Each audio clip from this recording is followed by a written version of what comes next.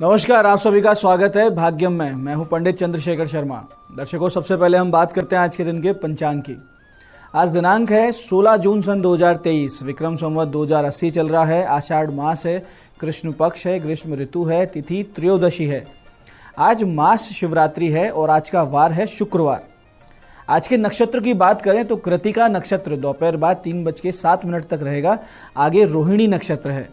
योग धृति है और योग की दृष्टि से आज का दिन शुभ है, योग कारक है। कोई ठोस कार्य करना हो जो लंबे समय तक चलता है तो आज का दिन उसके लिए बहुत अच्छा है। करण वणिज है, सुबह 8:41 तक। आगे वृष्टिकरण रहेगा। सूर्योदय का समय दर्शकों सुबह 5:22 का था और सूर्यास्त का समय शाम 7:20 का है।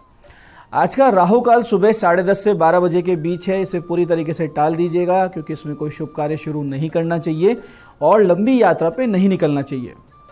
अभिजीत मुहूर्त आज 11:53 से दोपहर 12:49 के बीच है। दिन में 4 बार दुष्ट मुहूर्त भी रहेंगे, इन्हें ध्यान से समझ के सूझबूझ से टाल दीजिएगा। ये हैं सुबह 8:10, सुबह 9:06, फिर दोपहर 12:49 और 1:45। आज का दिशाशूल दर्शकों पश्चिम दिशा में है, तो पहली कोशिश तो ये करें कि पश्चिम की यात्रा को टाल दें, और अगर नहीं टाल सकते हैं, जाना बहुत जरूरी है, तो परिहार करके फिर ये आप यात्रा शुरू करें। परिहार बहुत ही सरल है।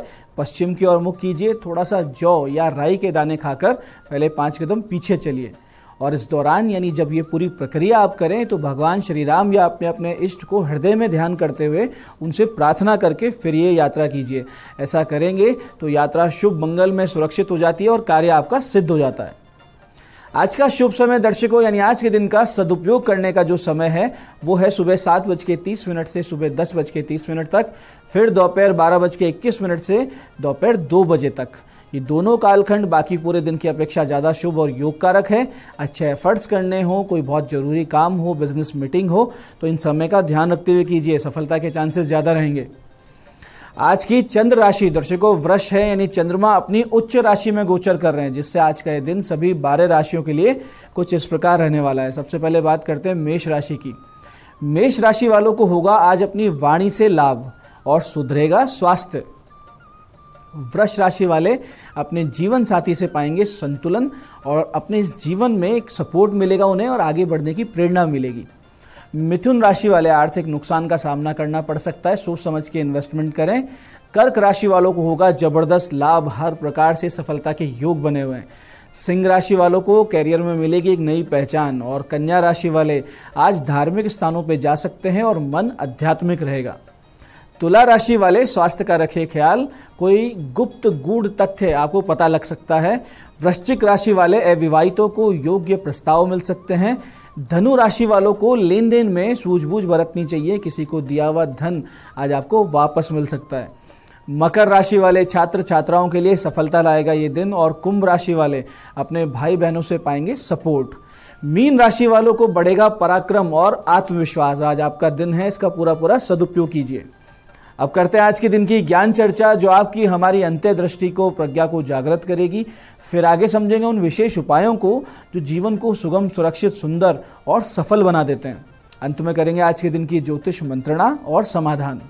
दर्शकों, मानस में तुलसी बाबा ने एक बहुत ही सुंदर लेकिन गूढ़ संदेश दिया है, जो कुछ इस प्रकार है कि सेवक सठ नृप कुपन कुनारी, कपटि मित्र सूल समचारी, सखा सोच त्यागहु बल मोरे, सब विधि घटब काज में तोरे। इसका अर्थ ये है कि मूर्ख नौकर, कपटी राजा, चरित्रहीन नारी और दुष्ट मित्र उस तीर के समान होते हैं जो चुभने पर सिर्फ और सिर्फ कष्ट देता है। इसलिए ऐसे लोगों का त्याग निश्चित रूप से कर देना चाहिए। मूर्ख नौकर उस सेवक की तरह होता है जो आपकी नाक पे बैठी हुई मक्खी को तलवार से उड़ाने के उपक्रम में आपकी नाक ही काट देगा। ऐसे ही कपटी राजा, और आज की भाषा में कहें कि जनप्रतिनिधि अगर कपट आचरण करें तो उसे अपनी वोट की ताकत दिखाकर सत्ता से हटा देना चाहिए। चरित्रहीन नारी से बड़ी शत्रु तो कोई होती ही नहीं है, क्योंकि वो कब आपको सोते हुए मार दे कोई पता नहीं है, इसलिए उसका त्याग भी तुरंत कर देना चाहिए। और ऐसे ही दुष्ट मित्र जो आपको नशा करवाए, आपका समय व्यर्थ करे, आपके सामने अच्छा मीठा मीठा बोले, पीठ पीछे आपकी निंदा करे, आपका मजाक उड़ाए, उससे 100 कोस की दूरी बना लें, क्योंकि वो भी धीमे विष की भांति है, धीरे धीरे आपको मार ही रहा होता है। ये आज की ज्ञान चर्चा का सार है, इसे अपने जीवन में उतारें। क्योंकि हमारे जो संत महात्मा ऋषि मुनि तुलसीदास जी शरीके महापुरुष कुछ कह के गए हैं तो उसमें उनका अनुभव नहीं, उसमें उनकी आध्यात्मिक शक्ति निहित रहती है और वो अकाट्य सत्य हुआ करते हैं। तो दर्शकों, आप बात करते हैं उन विशिष्ट उपायों पर जो आपकी सारी समस्याओं के सरल समाधान कर देंगे और जिन्हें करके आप असफलता अड़चनों को जीवन में बहुत पीछे छोड़ते हुए सफलता की ओर दृढ़ता से, कॉन्फिडेंस से, स्पीड से अग्रसर होंगे।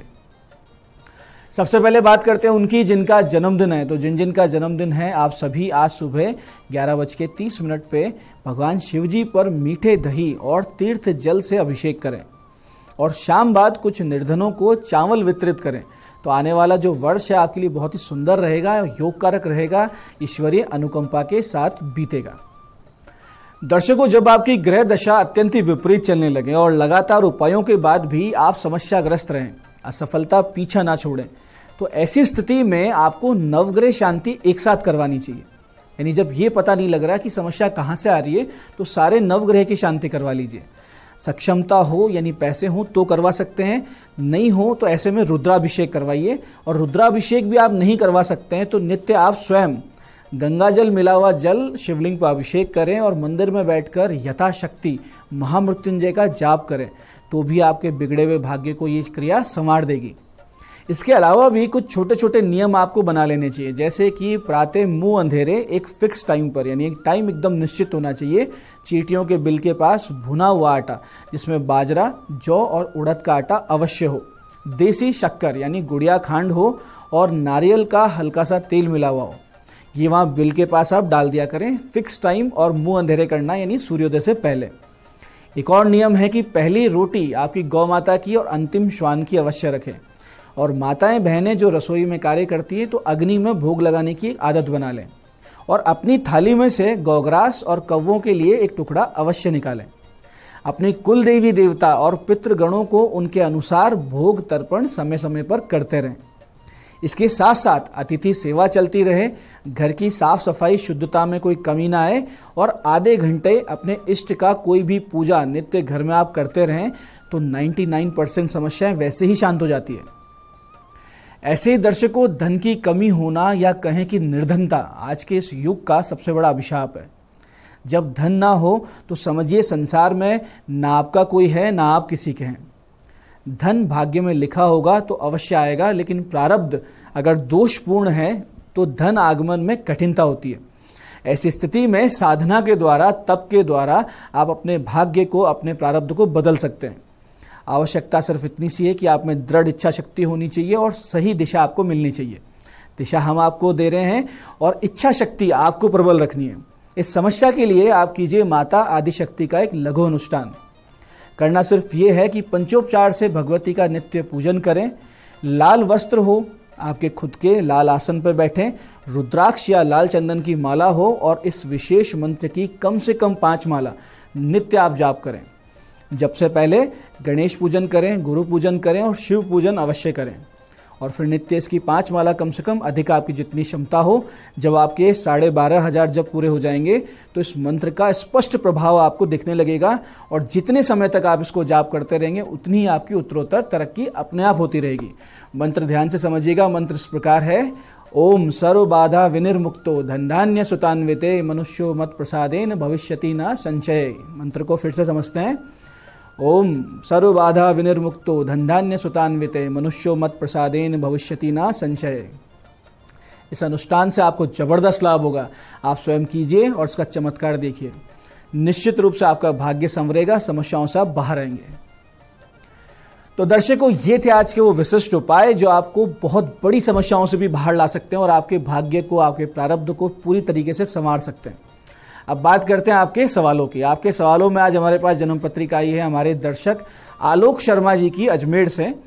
6 फरवरी 1982 का इनका जन्म है, शाम 6:10 का अजमेर। प्रश्न है, वैवाहिक जीवन अंत की ओर बढ़ रहा है, द्विविवाह का योग है क्या जन्म पत्रिका में, यानी सेकंड मैरिज हो सकती है क्या? देखिए आलोक जी, सप्तम भाव यानी विवाह भाव में आपके 3 ग्रह हैं, तो विवाह भाव के अधिपति शनि वक्री अवस्था में है। ऐसे में विवाह टूटना और दूसरा विवाह होने का योग तो बनता ही बनता है। आपको इस पूरे प्रकरण में अवसाद का सामना भी करना पड़ेगा और हो सकता है कि कानूनी पचड़े भी झेलने पड़े। आपके दूसरे विवाह का जो योग है वो जुलाई सन 2024 से जनवरी सन 2025 के बीच में है, तो उस वक्त आपके दूसरा विवाह हो जाएगा।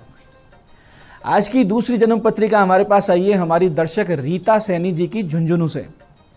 16 मई 1998 का इनका जन्म है। दोपहर बाद 3:12 का समय, नवलगढ़ में इनका जन्म हुआ।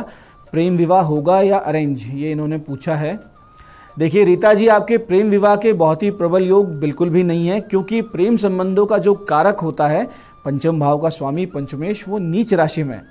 ऐसे में अक्सर होता ये है कि प्रेम प्रकरण में धोखा मिलता है, अधूरे रह जाते हैं। और चंद्रमा जो आपके चौथे भाव में, वो ये दर्शा रहा है कि आप बहुत ही कल्पनाशील, यथार्थ से दूर रहने वाली, बहुत ज़्यादा इमोशनल व्यक्तित्व रखती हैं, यानी आपको धोखा देना बहुत ही सरल रहेगा। तो ऐसे में आप बिल्कुल ना फंसिए इन सब चीज़ों में और अरेंज मैरिज की ओर आगे बढ़िए, जो आपके लिए बहुत ही सफल और अच्छी रहेगी, जहाँ कहीं आपके घर वाले आपकी शादी करवाएंगे। तो दर्शकों, ये था आज का पंचांग, आज के विशिष्ट उपाय और ज्ञान चर्चा। मैं पंडित चंद्रशेखर शर्मा ये आशा करता हूँ कि बताए हुए उपायों को सही विधि सटीक समय पर करके आप पूरा लाभ उठाएंगे। और ज्ञान चर्चा सत्संग में जो हमने समझा है कि तुलसी बाबा ने कितनी गहरी बात कही है कि किन किन लोगों से दूर रहना चाहिए, उसे अपने जीवन में उतार के जीवन को एक आदर्श स्थिति में लेके जाएंगे।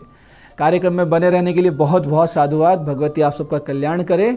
जय आदिशक्ति।